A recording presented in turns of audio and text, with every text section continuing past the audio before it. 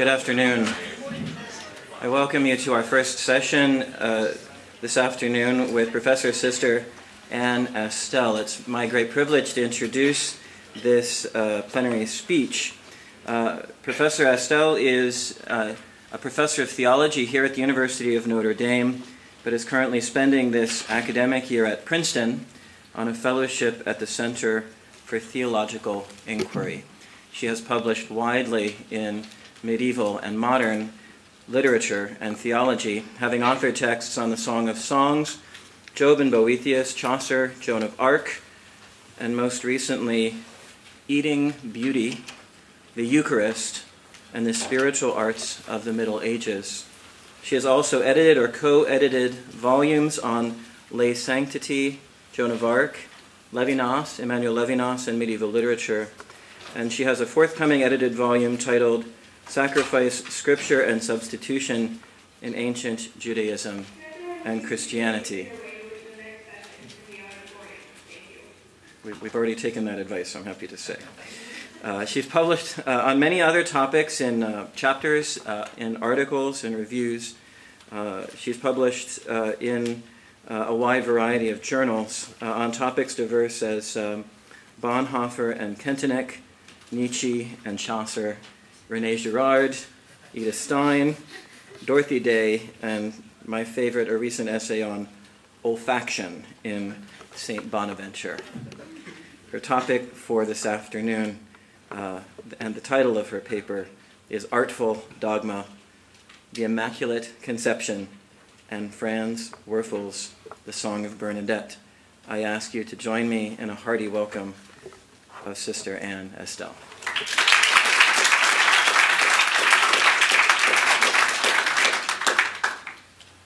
Thank you, Father.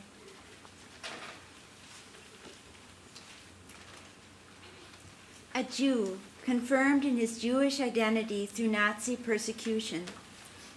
Expressionist poet, dramatist, and novelist Franz Verfel nonetheless regarded his art as fundamentally Christian, expressing in symbols the truths of the faith. In his so-called Theologumena, first published during the year before his sudden death in 1945 at age 55, Verfel asserts, quote, "In every great work of art, a lofty theological symbolism can be shown to exist," unquote. He goes on to explain more clearly what he means by theological symbolism. Quote, "The highest possible form of modern narrative writing consists of the mystic, basic facts of the spiritual realm, creation of the world, fall of man, incarnation, resurrection, etc., depicted by the most artful and economical means of realism in the least spectacular events and figures of the everyday present," unquote. Of necessity, Verfel admits, quote, "only a very few of the higher intellects among his readers will recognize this symbolism, but they must never lose the blissful feeling that the author hasn't the slightest inkling of the secrets hidden in his simple tale," unquote. Verfel's characterization of reader response would seem to apply in particular to the critical reception of his own historical novel, The Song of Bernadette, an international bestseller from its first appearance in 1941, and the inspiration in 1943 for an Academy Award-winning film by the same title. Writing 50 years later in 1994, bibliographer Jennifer Michaels observes, "Despite the novel's enormous popular and commercial success and the almost uniformly superlative tone of the reviews, it has received surprisingly little critical attention until recently, except for brief mentions and summaries of the plot." Lionel Steinman's 1985 book, Franz Verfel, The Faith of an Exile, From Prague to Beverly Hills, remains the most serious, sustained study of Verfel's religious thought.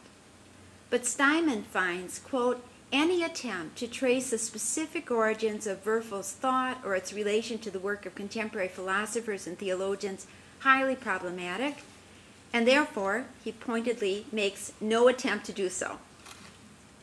With reference to the Song of Bernadette, Steinman writes, As to the question of the novel's Catholicity in general, its message is not one of dogma, but of faith that was more expressionist than Catholic, unquote. Contra Steinman. In this paper, I follow Verfel's own lead, spelled out in the quotation from the Theologumena with which I began, in reassessing the Song of Bernadette precisely as a work of realistic fiction that depicts a dogma, one of the basic mystic facts of the spiritual realm, namely the Immaculate Conception, albeit in a manner proper to art that carefully concedes that dogmatic depiction. Disclosing this artfully hidden dimension requires me to take seriously Verfel's own invocation of allegoresis as necessary to the right reading of his expressionist hagiography. Quote, none of my books, not even the 40 Days of Musa Dog, is so full of meaning as the Song of Bernadette. Thus he wrote in the spring of 1942, adding, I am fully convinced that I've written a book appropriate to these times, although its action concludes in the year 1933. That year marked the canonization in Rome of Bernadette Subaru and the rise of Adolf Hitler to power in Germany, a coincidence to which Verfel calls attention in the closing pages of the novel. I will argue that for Verfel, Bernadette's martyrdom of witness to the truth of the lady who had appeared to her, and thus to the Immaculate Conception, elaborates at the terrible dawn of a post-human age both the universal significance of the dogma for humankind and its particular doctrinal meaning for the Jewish people, whose destiny of a suffering witness to Christ bars them, in Verfel's understanding, from the waters of baptism. As a healing spring of the grotto is not for Bernadette in her mortal illness, so too the baptismal font, Verfel argues, is not for himself, not for the Jews. I proceed to make this case for Verfel's novel as theologically symbolist in a four-part argument that considers first the double structure of the novel as a rosary, its roseate images and themes. Second, its specific references to the Immaculate Conception as the revealed name of Bernadette's beautiful lady, and the relation of the Immaculata to the identity formation of the visionary child, who mirrors the lady in her apparitions.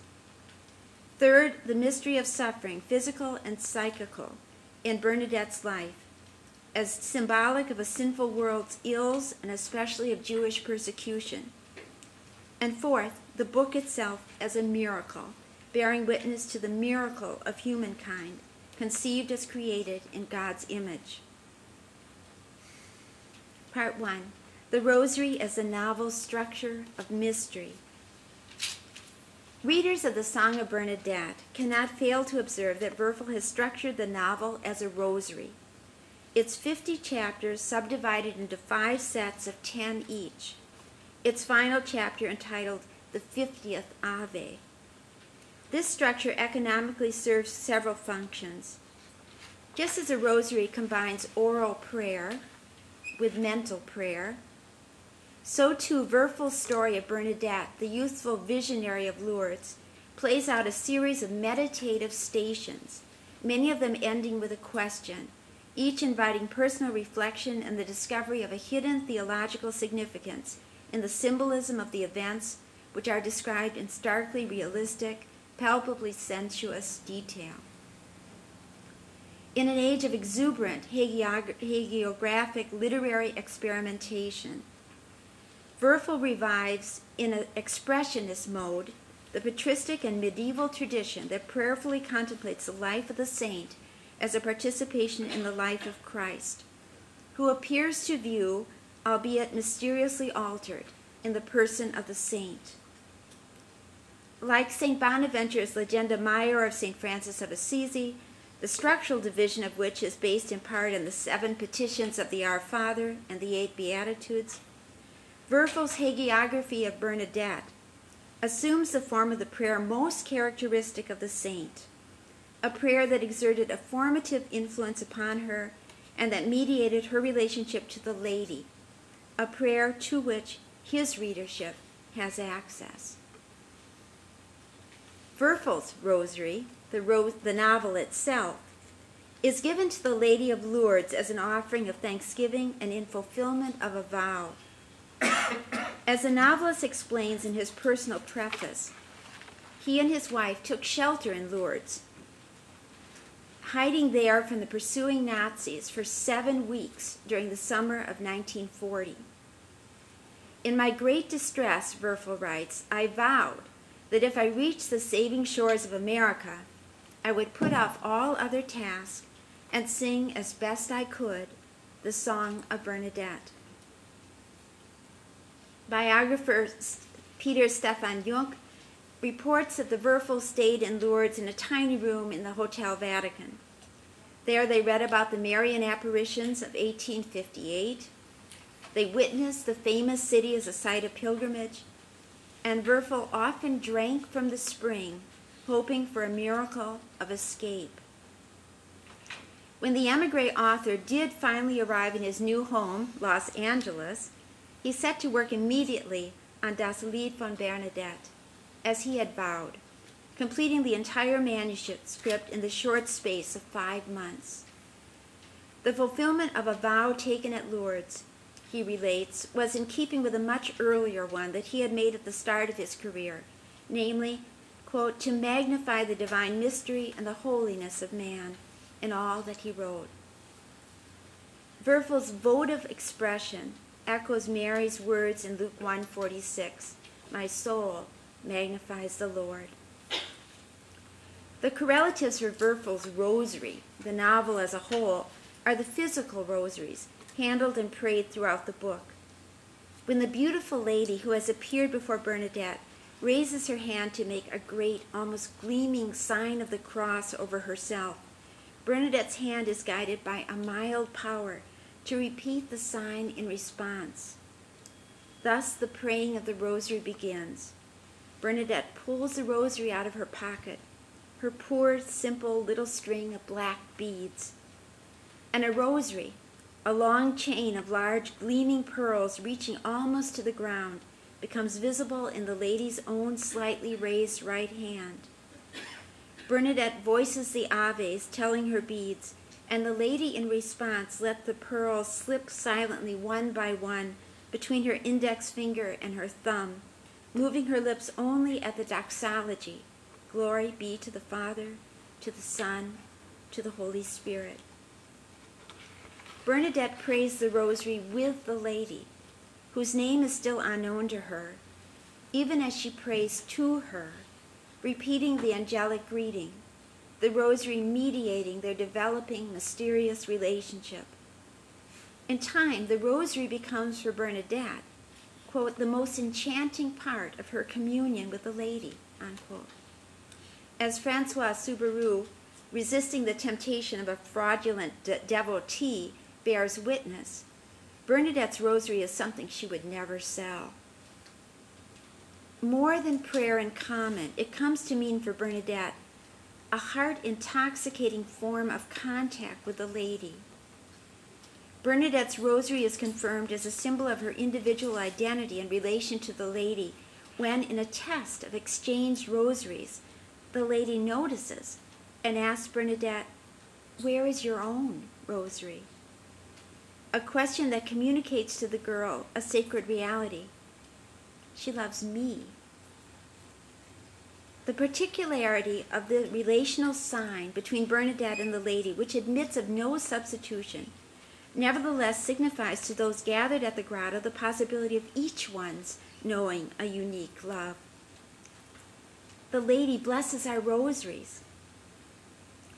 The rosary thus mediates the relationship between Bernadette and those around her, especially the circle of women in Lourdes, who, we are told, constantly carry a rosary upon their person as the authentic tool of their piety. As Verfel relates, a group of women are telling their beads alone at the grotto around 3 o'clock, the hour that daily recalls Christ's salvific death on the cross, when suddenly they see water begin to run. In a rill from the moist hollow Bernadette had dug with her hands at the lady's command. At every witnessed apparition of the Lady to Bernadette, the onlookers, beholding Bernadette wrapped in prayer, recite the rosary, the chorus making an attempt to establish a kind of equilibrium with the invisible through the thunderous sounding of many voices. At the close of the novel, many years after the apparitions have ceased and Bernadette has left Lourdes, another chorus of prayer, the evening recitation of the Litany of Loreto, which concludes the choral praying of the Rosary, supports first the meditation of the poet, Hyacinthe de Lafitte, and then his own return to community with others, to faith, to prayer, quote, without any sensation than that of the fading of his shame. The writer Lafitte now also sank upon his knees and murmured into the grotto of the Lady the familiar words of the angel's greeting and of his mother's lips and of his own childhood, unquote. The mystery of the Annunciation of the angel Gabriel to the Virgin Mary is the first joyful mystery of the Rosary. The first 10 chapters of Verfel's novel form a decade devoted to the evocation of a single day, February 11th, 1858, which marks the first appearance of the Lady to the 14-year-old girl, Bernadette, when she and the company of her sister Marie and their friend from school, Jean Abadie, go to gather firewood near the cavern called Massabielle. Verfel's skillful employ of an intertextual typology, to echo Volker Hartmann, suggests the analogy between the angel's coming to the Virgin of Nazareth and the Lady's own coming to the girl of Lourdes. She whom Gabriel had greeted with the unusual title, full of grace, a biblical word understood by theologians to reveal Mary's Immaculate Conception, now comes to Bernadette, who will be the bearer of her message to the world. A strange wind disturbs the completely windless calm to catch Bernadette's attention and to remind the reader both of the wind of Pentecost, Acts 2:2, and of the Spirit's overshadowing of Mary at the Annunciation, Luke 1:35. When Bernadette beholds the Lady, she comes into contact with the undreamed-of beauty of this Lady's image, a phrase carefully chosen by Verfel to convey his immaculate theology, wherein the Lady of Lourdes, through her spiritual radiance, shows forth an inviolate humanity, as it was first created in God's own image and likeness. The beauty of the Lady, Verfel writes, is the first and last thing that has unlimited power upon this child and will not let her go. In Verfel's narrative, the only questions that occur to Bernadette as she ponders in breathless amazement the beautiful Lady before her are, whence has this Lady come? And why did she choose Massabielle, of all places, the filthy rock cavern, the place where the high water washes up the bones of beasts, the place of rubble, swine, and snakes, the spot detested by all the world? Verfel's realistic account has already described in the preceding chapters the finding of such bones at Massabielle, the burning there of stinking refuse, the herding there of swine. The Lady's bare feet, resting on the stone of the grotto, evoke the biblical image often used to represent the Immaculate Conception, that of the woman of the proto-gospel crushing the serpent's head with her heel. A paragraph in Verfel's Theologumena confirms its symbolic association. Quote, the Virgin crushes the serpent's head with her foot. What a symbol. Even the purest and the most refined must come into direct contact with the filthiest and the most depraved in order to destroy it. In Verfel's rendition, Bernadette's own childlike soul is sometimes drawn into the underworld represented by Massabielle and by the flowing river near the cave, the Gave. Living in poverty in the close, damp quarters of the former city jail, the Cachot, with her parents, brothers, and sisters, Bernadette, lying awake at night, sometimes sees terrifying shapes in the shadows. At times she hears a frightening tumult and a demonic confusion of voices coming from the river as it flows, as if the Gave were no longer a river, but a public road, filled with afflicted wayfarers, not unlike the fugitives the Verfels had encountered on the highway in a very camp of chaos at the closed border of Spain in June 1940. Even as the fathers of the church played with the Ave as addressed to a new Ava, Verfel notes the wordplay Gave, Ave, to point to the fallenness of a world that is the prey of the devil, disease, and death. Like the lady herself, celebrated by the church as a great anti-diabolicum, Bernadette, the messenger of the Virgin Mother, must endure the devil's special persecution, especially during the final months of her life. To Bernadette, the protagonist of this fallen world, and to Masabiel, comes the lady, who at her own Immaculate Conception had received a completely unmerited gift of pre-redemption by Christ. Verfel shows Bernadette to be a fitting subject for the grace of this election, that is nonetheless totally undeserved. The nun Thérèse Marie Bazou, who in the novel is both Bernadette's childhood teacher and later her novice mistress in the convent at Nevers, is tormented spiritually precisely by this problem of the unmerited grace given to a poverty-stricken child, ignorant of the catechism, who has never, it seems to Bazou, voluntarily denied herself, who has never striven heroically for virtue, and who has never practiced asceticism. Humiliating Bernadette in front of her classmates, she instructs the girl that only such ascetics as the Desert Fathers have been enabled to see with the eyes of the body things that we lowly and ordinary people can never see. Verfel's theological sophistication in developing the Immaculate theme of a freely given grace, a theme to which I will refer, is evident from a close reading of the novel itself. His letter, 1942, to Joachim Maas, explicitly confirms, however, the centrality of this theme to its conscious authorial intention in the Song of Bernadette. Quote, in Bernadette, the whole emphasis lies on the mystery itself and on the innocence, and he puts this in quotation marks, of the heroine in every sense. Perhaps that is the most difficult thing to grasp. At the sight of such a creature, we lose faith in the saving power of the good work. We feel the cursedness of our nature more clearly, the powerlessness pre-established through original sin. We wrongly imagine ourselves to be cut off from the possibility of grace, of pardon. For Verfel, the Immaculate Conception of Mary and the unmerited election and subsequent spiritual transformation of the girl Bernadette prove precisely the opposite, namely the possibility of grace, for which all humans, unworthy sinners all, can dare to hope.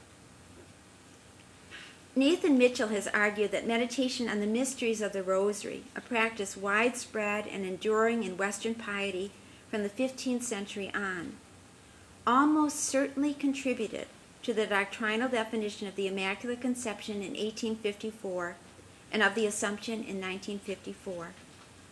Mitchell points in particular to the Annunciation and the Assumption as among the joyful and glorious mysteries of the Rosary, mysteries that made Mary's privileged role in the history of salvation and her unique destiny after death the objects of frequent, vivid meditation. In keeping with Mitchell's argument and evincing a kindred recognition of the often reciprocal relation between Catholic doctrine and devotion, Verfel uses the Rosary to join the theological theme of the Immaculate Conception to the narrated events of the apparitions at Lourdes. On the evening of February 11th, 1858, the life-changing day of the lady's first appearance, Bernadette's mother Louise, without knowing why, asks the girl to lead the customary recitation of the Rosary. She does so obediently, Verfel writes, using the little rosary that she had held up with outstretched hand to the marvelous lady.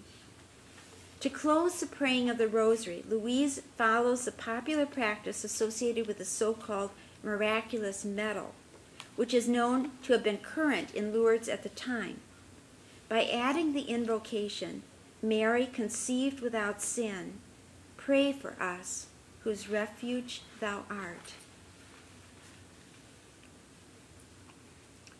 Part 2. I am the Immaculate Conception, dogma, the mirrored image, and identity. The series of Marian apparitions in Lourdes in 1858, which culminated in the lady's self-identification in the words, I am the Immaculate Conception, have been taken as a divine confirmation of the dogma promulgated 4 years previously on December 8, 1854, by Pope Pius IX in the Apostolic Constitution Ineffabilis Deus. Commemorating the 50th anniversary of that promulgation, Pius X encyclical, Ad Diem Illum Laetissimum, issued on February 2, 1904, mentions Lourdes in its third paragraph. Fulgens Corona, the 1953 encyclical of Pope Pius XII, issued to commemorate the centenary of the definition of the dogma, declared 1954 a Marian year. Its third paragraph also cites the apparitions at Lourdes as a special sign to confirm the definition. And that's a quotation from the encyclical. What Verfel emphasizes in his historical novel is, however, is that the Lady of Lourdes did not simply confirm the previously promulgated dogma, which declares that, quote, the Most Blessed Virgin Mary, in the first instance of her conception, by a singular grace and privilege granted by Almighty God, in view of the merits of Jesus Christ, the Savior of the human race, was preserved free from all stain of original sin, unquote. Indeed, the language reportedly used by the lady is slightly at odds with the definition given in Ineffabilis Deus. So much so, in fact, that the Dean of Lourdes, Dominique Marie Pemerol, calls the expression, I am the Immaculate Conception, the one detail that is a single cause of his lingering doubts. It's not just the oddness of the diction, which seems to him to be so fit for propaganda, so suitable for a dry-as-dust theologian, and so inapt for a young, ever-loveliness lady, and therefore so likely to have been suggested to Bernadette by somebody else. No, for Pemerol, the expression is theologically ungrammatical. Okay.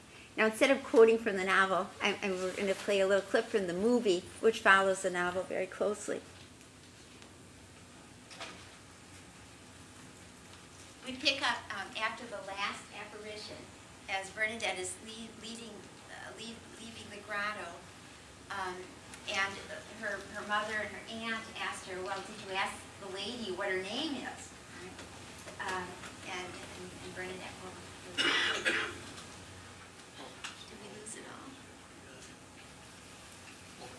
Like an hour, 29 minutes. Yeah.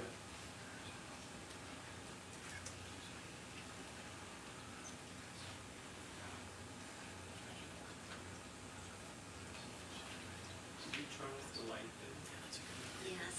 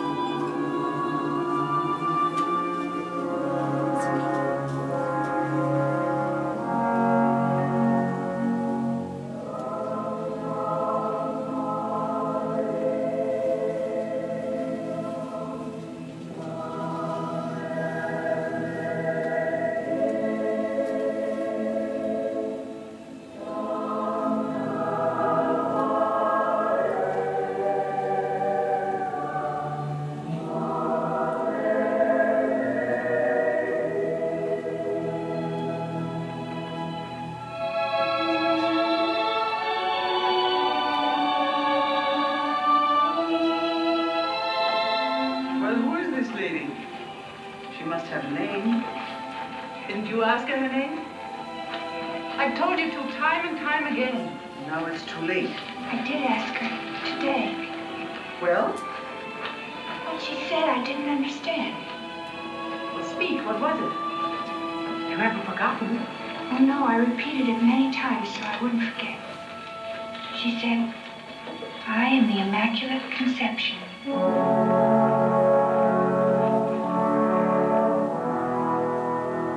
Immaculate Conception. Immaculate Conception. Do you know what it means? I am the Immaculate Conception. Don't be afraid, my child. I sent for you to help you, not to scold you. Well? No, Your Reverence. I do not know what it means. Do you know the meaning of the word immaculate? Yes, I know that. An immaculate thing is clean. Good. And conception? Well, we'll leave that for the moment. You know what we mean when we speak of the original sin? Yes. The original sin was committed by Adam and Eve when they did not remain faithful to God, but broke his command. Father Pomian taught you that, didn't he? Now think hard. Didn't he also speak of the Immaculate Conception? No, Father, I never mentioned that dogma. It doesn't belong to the pedagogic material of the elementary class. Perhaps Sister Vozu discussed it. I'm sure she didn't. We must have heard the expression somewhere. I'll try to remember.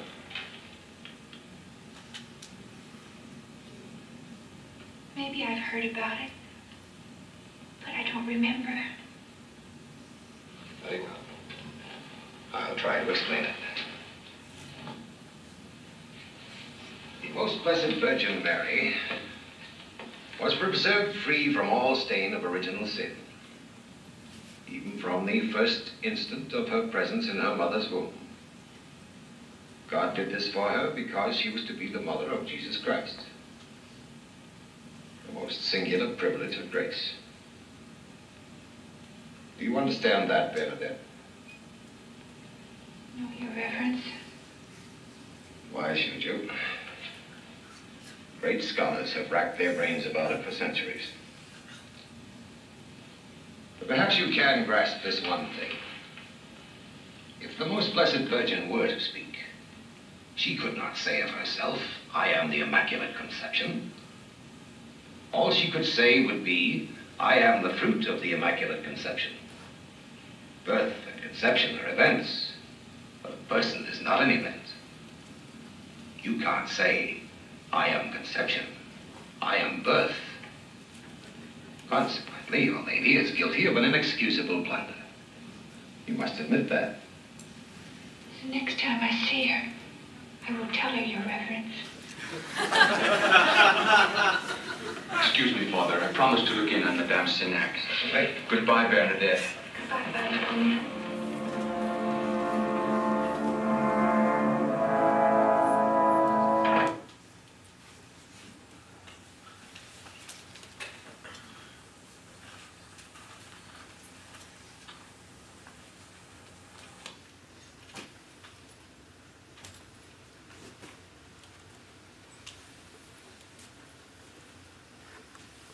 In this scene, Parallel acknowledges to Bernadette, who has never studied the dogma in her catechism classes, that the Church's teaching is hard to understand. Great scholars have racked their brains about it.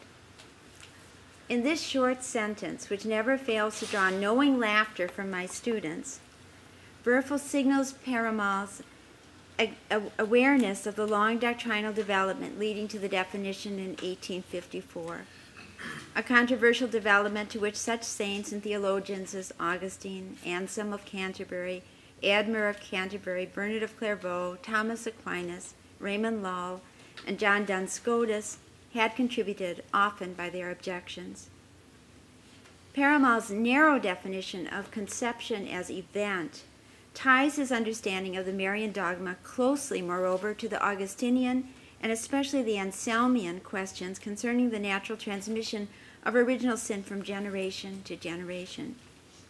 The lady's definition of conception, by contrast, suggests an original idea or a spotless model, a divine logos of intention that names her as a new Eve, the starting point for a new humanity and a new creation.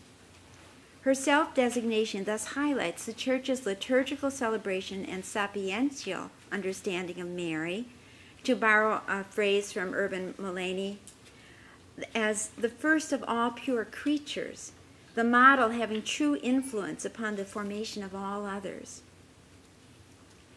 Perhaps at least in part because of Lourdes, theological work on the Immaculate Conception since its dogmatic definition in 1854, and especially since Vatican II, has been strongly oriented toward a fuller articulation of its anthropological and ecclesial implications. Whereas the pre-modern history of the doctrine of the Immaculate Conception reflects its struggle to understand and to affirm Mary's exceptional singularity, its modern history is moved by the challenge properly to grasp and to express the significance of that singularity for humankind, and indeed for every single human being. In Mitchell's words, quote, "To claim this singular privilege for her, the fairest boast of our race, is to assert something radical about humanity's capacity for grace and intimacy with God. It is to claim an extraordinary potential for human identity as such." To this anthropological effort, Verfel contributes through his deep reflection on the meaning of Bernadette's vision of the beautiful lady, which assimilated the girl in the sight of others to the object of her gaze.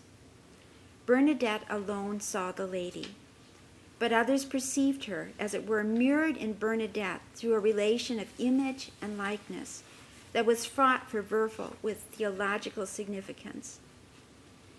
Quote, "The felt and highly characteristic presence in the grotto expressed itself through the bearing of the rapt girl that did not remain rigid, but like the image in a mirror repeated and gave back what it beheld, the nodding, the smiling, the beckoning, the folding or outspreading of the lady's hands. The perfect photographic negative of the invisible, Bernadette brought the invisible for the onlookers to the boundary of the visible."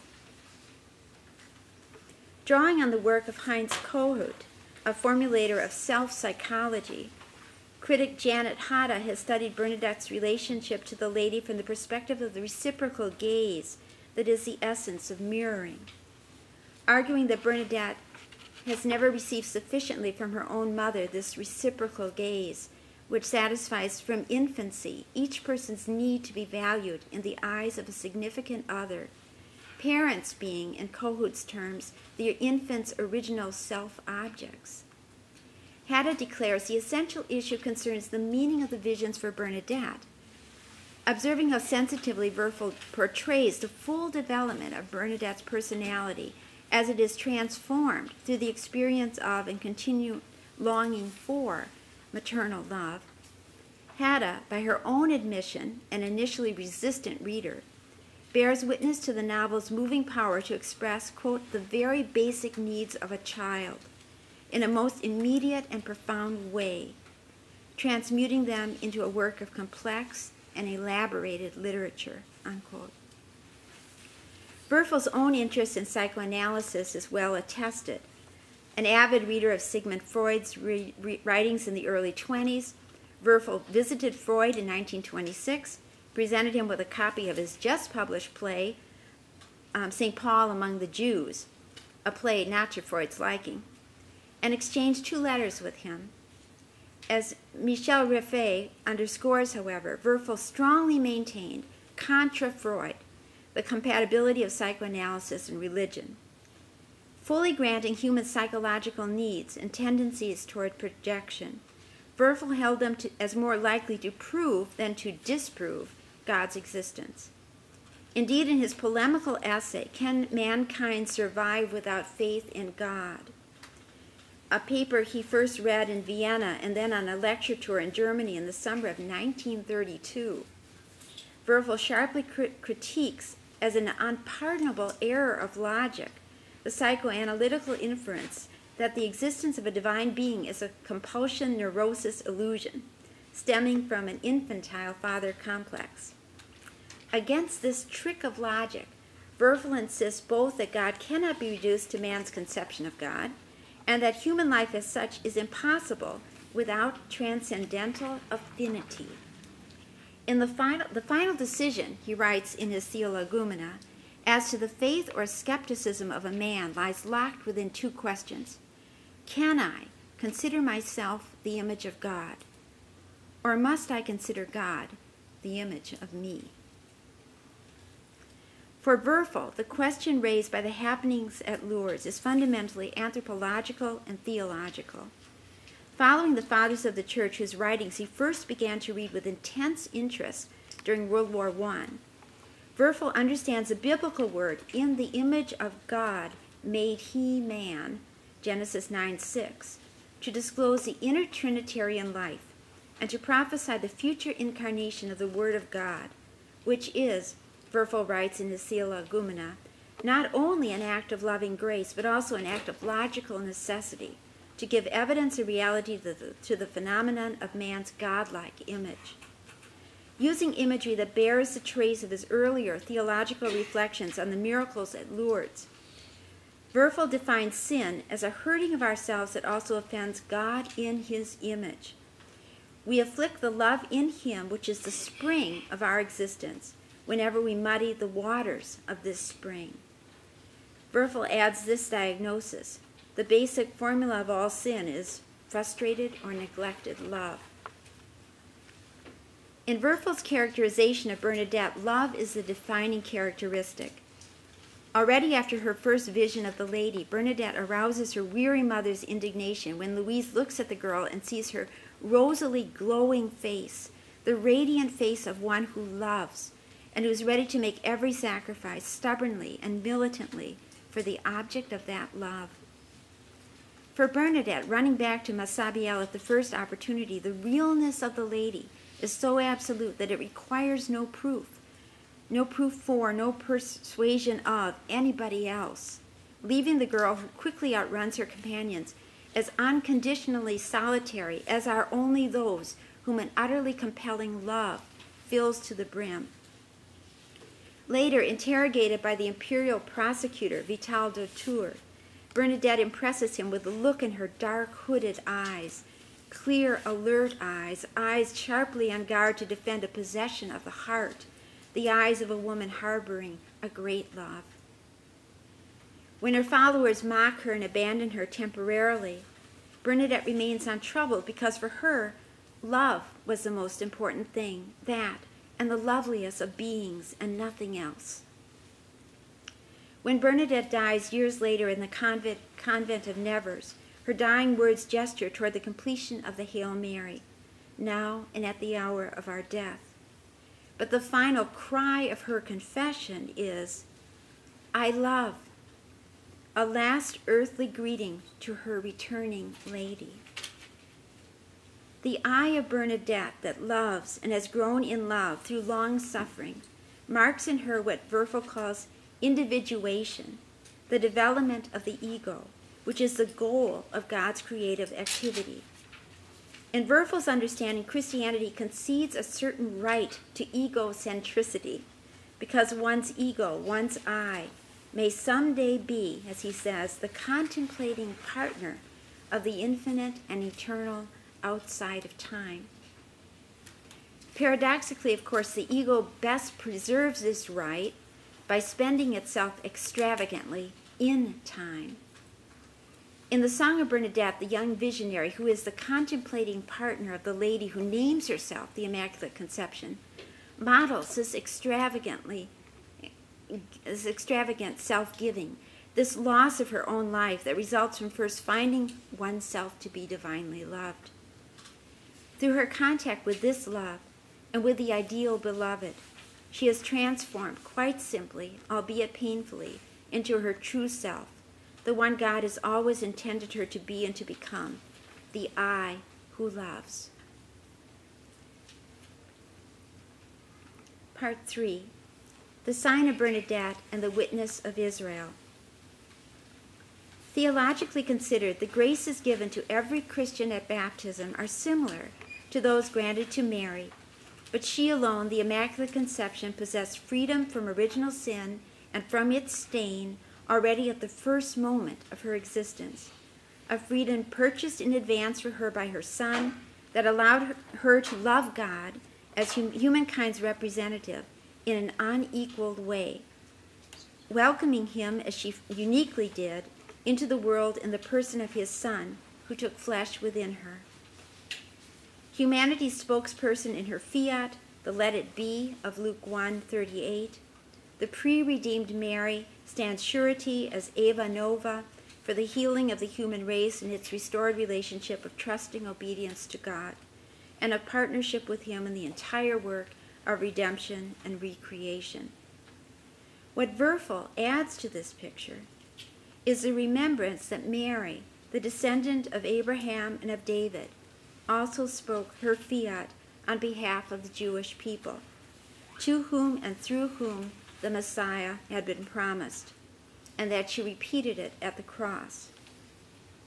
Mary's Immaculate Conception, Verfel suggests, thus has not only a universal human significance of hope and healing, but also a particular meaning, a mysterious meaning of suffering witness for Israel, which is destined to play a chosen part in the second coming of Christ, as in the first. As Verfel puts it, Israel, disregarding its own consciousness, is to the Messiah, in fact, as mother of pearl is to pearl. In Verfel's historical fiction, Bernadette, named in her religious life Sister Marie Bernard, firmly refuses, to the surprise of the sisters, the offer of her superior to be taken to Lourdes in hope of a miraculous cure, saying, "The spring is not for me." Without needing any further special communication from the lady, Bernadette simply knows that this is the case. In the nun Vazu's illumined understanding, Bernadette's suffering and death, which corresponds to Christ's passion as an imitation, is mystically necessary for the universal effectiveness of the spring as a sacramental of the world's healing, its recreation. Purified through pain, Bernadette fulfills her Christ-like destiny as a protagonist of all the ailing in the world. For Verfel, however, Bernadette's 7 years of excruciating suffering and her destined exclusion from the healing offered through the spring make her also, in a special way, a timely type or figura of the Jews.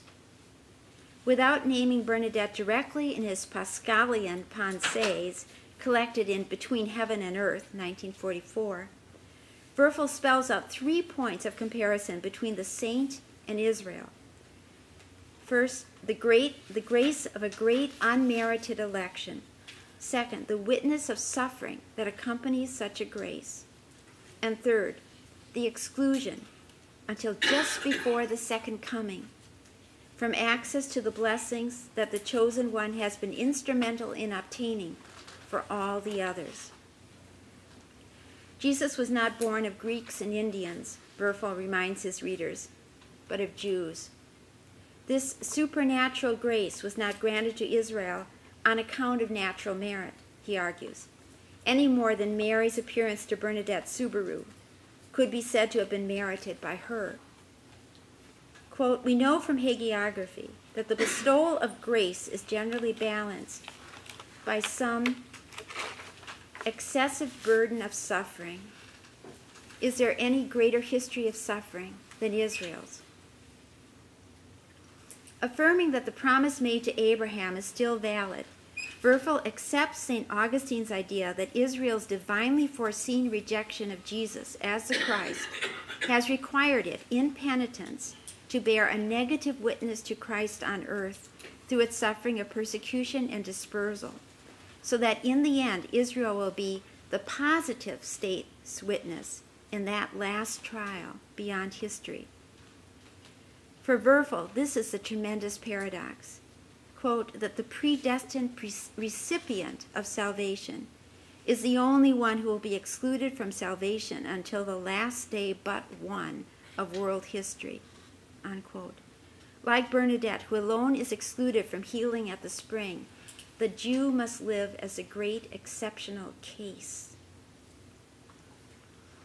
Verfel did not hesitate to drink in 1940 from the waters at Lourdes, the sign of a baptismal sign, but he steadfastly refused throughout his life to request baptism, despite his personal belief in Christ and his great attraction to Catholicism.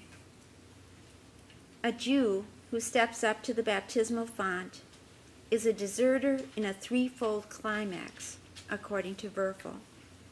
A deserter in the profane sense, from the side of his suffering and persecuted fellow Jews.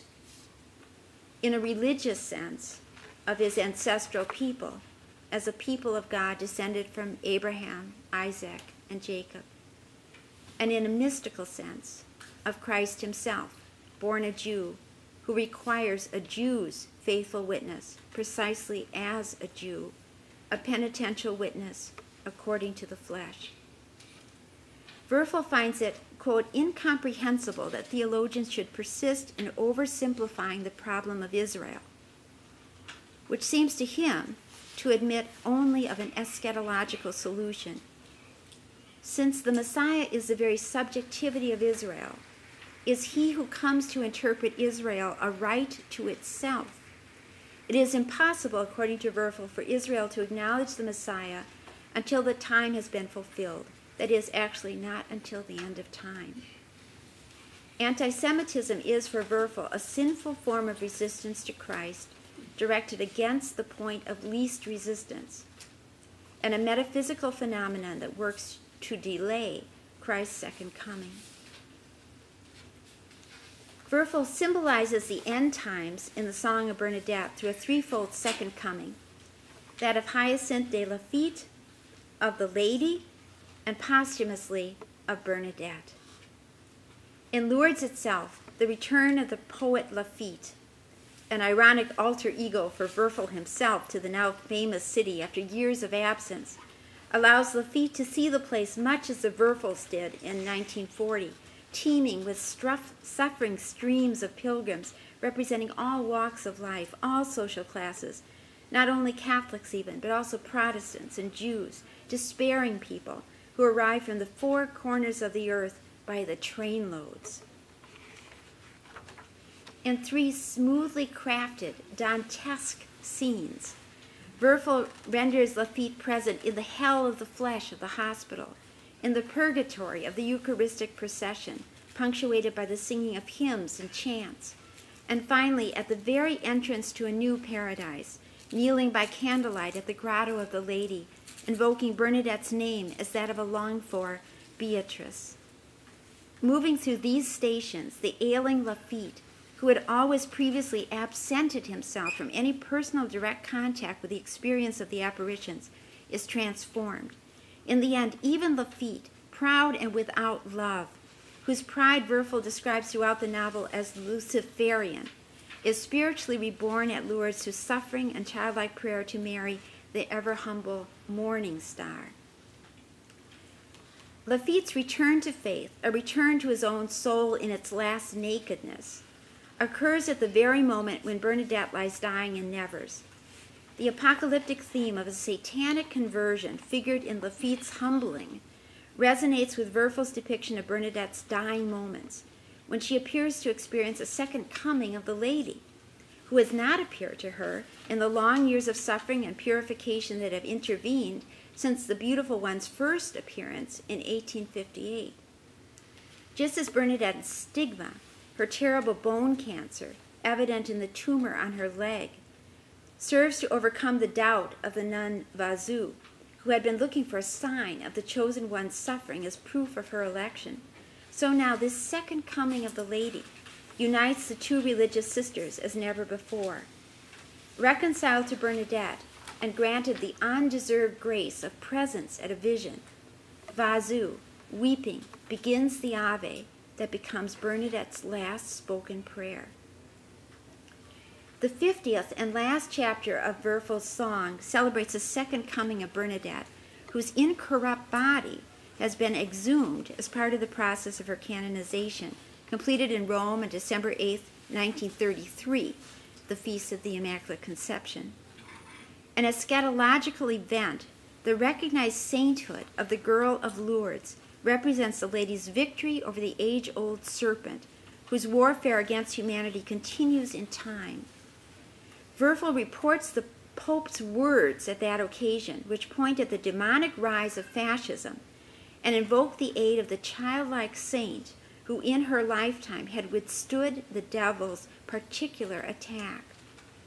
Quote, "The fever of maniacal false doctrines is threatening to plunge the human spirit into bloody madness. In the battle against this, which man must win, not only does Lourdes stand like a very rock, but the life of Bernadette Soubirous retains its prophetic activity within time." Unquote. The sight of a military plane flying overhead represents an omen of the suffering to come for all humanity, and especially for the Jewish people. The miracle of the book. On May 10, 1933, the year of the canonization of St. Bernadette, Franz Verfel's books, among those of some 130 authors, which had been systematically removed from libraries and bookstores throughout Germany, were publicly burnt, Jung relates, in the centers of all German university towns. His membership in the Prussian Academy of Arts and Letters was revoked. To his mother-in-law, Verfel wrote, "In Germany, I have been deleted from the book and the books of the living. And since I am, after all, a German author, I'm now suspended in empty space." In this historical context, Verfel's survival and his writing of the Song of Bernadette verge on the miraculous. Indeed, writing to his sister Hannah in 1942, when the Song of Bernadette had already sold over 400,000 copies, Verfel calls the work another miracle of Lourdes. In the novel itself, however, Verfel himself never directly characterizes the happenings there as miraculous. His omniscient narrator loses himself instead in the consciousness of character after character as they respond from within, day after day, to what they see, hear, experience, testing to find what is real and true, what and whom to believe. For Bernadette alone, who sees the lady, there's no need for faith, no room for doubt, only the prolonged trial of a faithful witness to the one she loves, whose beauty she alone has seen. In Art and Conscience, a polemical lecture against the will to power and the materialistic spirit of the age, this is a 1931 lecture, Verfel pleads, together with Blaise Pascal, for the unfolding and the intensification of the inner life as a sine qua non for human reverence before God, the world, and its beauty, for art, indeed for life itself as lived in accord with a truly human nature. Man, he concludes, can only live in the name of the miracle. For this miracle of humanity, there is in Catholic thought no better exemplar than the Immaculate Conception. Writing about Bernadette Soubirous, Franz Verfel raised his pen and his voice in an inhuman age to try to call people back to introspection, to the courage of fidelity, to the individual examined conscience, to remind them of the possibility of divine grace and of the central value to human beings of a transcendent love. In an age so terrible that there seemed to be no escape for Israel, telling the story of the girl of Lourdes, the place of his own shelter and a means of his escape, became a way for Verfel to cry out, "Take comfort, Israel." Opposed in battle to the radical nihilism which no longer regards the human being as the image of God, stands, in Verfel's view, the metaphysical, the religious concept of life, shared by Catholics, Protestants, and Jews alike, a concept of life to which Verfel's Bernadette bears eloquent witness in the person of the Immaculate Conception.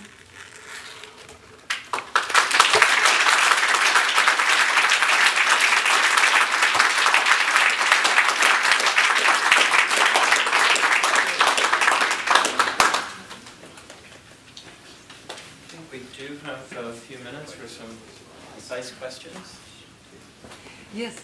I would like to come to this subject of Verfel's interpretation of the relationship of the Jews to Christianity. I mean, Paul and all the disciples were Jews, and those whom Paul converted were Jews. That's the one problem I have. I mean, I'm terribly concerned about his theory that Jews should not be converted. How terrible. But then the other thing, which I think makes his position there a bit incredible, when he says if Jews go to the baptismal font, they betray their religion, among other things. Well, he was not an observer at all. He had betrayed his religion long ago. Well, to the first point, when Steinman comments on it, he makes the same observation you do. Historically, this is inaccurate. There's all kinds of critiques you could make of the kind of inconsistency in Verfel's point on this. But he has to conclude that Verfel must have been aware of that, and that he maintained it nonetheless, because he considered conversion way back at the time of World War I. And he had friends, a very close friend, who converted to accepted baptism on his deathbed. So he was confronted again and again with examples of people who went that way. And his thought shifted over time. At one point he thought, well, maybe there'll be a great dispersion of the Jews, so that there will be no sense of a kind of communal identity. And then one by one they will be converted. Right? I think that's also an Augustinian speculation. But at this point in time, he maintained this belief, and Steinman can only say the only explanation for it, because he was such a smart man, and he must have known, he knew the history of Paul, he had studied it, he'd written a play about it, was that it was some kind of an inner mystical conviction on Verfel's part, something that he could not violate at the cost of violating his own consciousness. So, and as he's writing the Theologumena in 1944, he began in 1942, but as the news of the atrocities became more greater and more evident, he said, I just want to close my eyes and forget everything. But he can't. And he has to hold out to this true eschatological hope. I must say that this whole business about his theology of Israel was a new discovery for me, and I don't think it appears in any of the criticism of the Song of Bernadette, but it becomes very clear when you compare contemporaneous writings. Yes? Was Verfel an observant Jew? What was the way in which he lived his Judaism? Okay. He was born to an assimilated Jewish family in Prague. He attended synagogue there with his family. He was bar mitzvah. The family was very assimilated. And in the year, this will be shocking to everyone, in the year 1929, he signed some kind of legal document, probably in a lawyer's office, promising that he would never participate in synagogue worship anymore, because his wife-to-be, the notorious alma mater, insisted as a condition for marriage that he would have to renounce his practice. Right? Then later on, commenting on this with other people, Jewish interlocutors, he poo-pooed it, and he said, well, according to rabbinic law, I haven't renounced anything. You're a Jew, you're a Jew. And then later on, especially, and his wife, this is a strange thing, his wife was actually anti-Semitic. So he married an anti-Semitic woman and had to suffer, as the political situation changed and developed. It must have been a living hell. And he died at age 55 of a heart attack. And I think he had two of them between the time of the composition of Song of Bernadette and its release as a film. So, the stress that he was under was tremendous. But the church loved Franz Verfel. They saw his novel was, we know there are documented cases of conversion that were effected through it. No one questioned his acceptance of all the points of the creed. He was granted by the Archbishop of Los Angeles, permission to be buried in a Catholic cemetery. So the church was ready to say that he was, in effect, baptized. So he's one of those cases you want to do some comparison to Simone Weil or others, you know. So that's a question about his practice. He went to Israel twice during his life.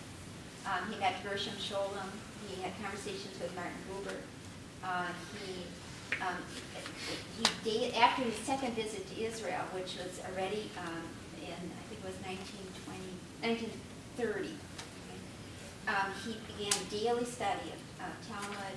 He relearned his Hebrew. He was really trying to, again, get in touch with a Judaism that had never just sort of been second nature for him in many ways. I was going to actually ask about Simone Weil and whether he knew of her or she knew of him, and whether the one appears in the other's work or vice versa, or any comparisons that you could draw there. I have no knowledge that they knew each other, but these circles are so connected, and it's. I'm sure he knew somebody who knew her, these emigre authors. There was a whole colony of them in one little fishing town in France. Verfel was there too. Amazing, but I don't. I'm sure he didn't know a person. Had he read Waiting for God? No, those are all published today. Yes, James. In terms of the question of the relationship between Jews and Christians, obviously one of the most vexed points in the history, at least of Christian theology on this, would be the relationship between the woman who is the synagogue and the woman who is ecclesia. Okay, so I heard a lot in your discussion of his reflection on the relationship between Israel and the Immaculate Conception. But does he also lend some thought as to the Immaculate Conception vis-a-vis the church as bride, and then the relationship between the synagogue and the church? I'm not aware of any passage where he specifically uses the ecclesia synagoga. Yeah.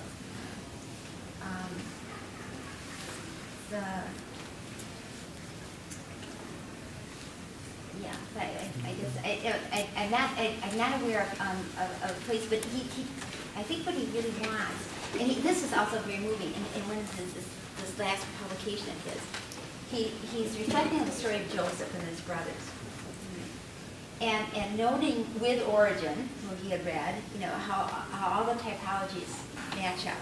That the story of Joseph and his brothers must be, in some sense, a prophecy of Jesus and the Jews.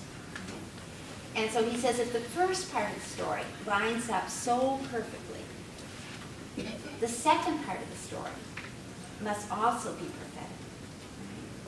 And so when he's trying to imagine what this eschatological solution will be, he imagines a church, purged of all anti-Semitism, within which, like Egypt, like the land of Egypt, within which Israel will find its shelter and home and will be given its own sort of land of Goshen. So it's very important because of the identity of the Jewish people that as a people, that they are saved. And he says, the Lord will grant it to Israel for the sake of his Messiah. He did not. I wish he would have drawn out more explicitly some of the lines, that I pointed to in the argument. For instance, if he would have said more about what Mary's fiat on behalf of Israel meant, but there's an analogy that's very palpable, that's close to the surface, in what he has to say, between Mary's election as child of Adam, but also as child of Abraham, and Israel's pre-election, as the chosen people that would be instrumental in bringing the Messiah to the world.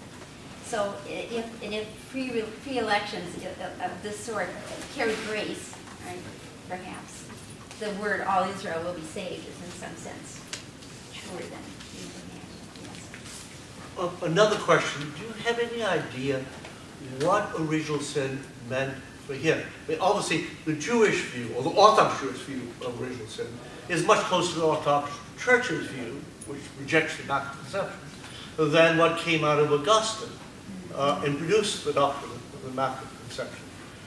Did he have a Jewish understanding of the evil Yetzer? And how did he look at it, which is much closer to the Orthodox view, Orthodox Christian view, than Orthodox Jewish. Can you give me some light on that? I was actually asking myself that question because you don't have full-blown discussions of this. The passage I quoted where he refers to original sin is one of the rare examples where he actually, terms it that.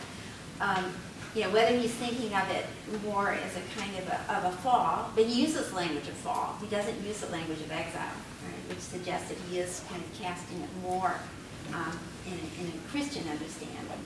But on the other hand, when he draws the analogy to Bernadette, it's a kind of an exile, right? That somehow that not only is she excluded, from the spring, but she has to leave the place, to which she can sort of only return, after her life. Anyway, I can't really answer your question, but thank you for it. What writing this paper really brought home to me is the amazing artistry in this book. It's beautifully written. I've always known that. But every detail in it, keyed as it is to a kind of a typological understanding. Like the passage I quoted to you about the snakes and the bones and in the cavern of Massabian. The action of the film, of the novel, which follows historical accounts, it can account for three of the objects, but Verfel inserts the mention of snakes in order to call to mind the proto-gospel, and all kinds of little details like that, all the way through. And yet he tells it, just as he says, as a simple story, historical account. One way into that. Yes. I have a question about the water. You said that he actually drank the water from the spring. Yes. And I find it very interesting that he didn't wish to be baptized because isn't the water itself and bathing in the water an analog of baptism? Not exactly like baptism, but it has many of the same elements. It would have theologically much the same meaning in terms of dealing with sin. The spring they were in the realm of the Adamic. Okay, this is something open to all humanity, at a certain level. And so, as a human being, he could go to the spring and seek his miracle. But he couldn't see it as associated with the deeper meaning of baptism. Well, he does, but that's another level of interpretation. And the spring at Lourdes isn't a baptismal font. It's a sign of a sign. So it's one removed in every house. We're actually out of time. Yes. I was actually thinking of Flannery O'Connor's famous line that the great miracle of Lourdes that was that people didn't come away sicker than they arrived, because she found that the water was quite dirty, which is associated with some of the imagery of the cave. But let us thank Professor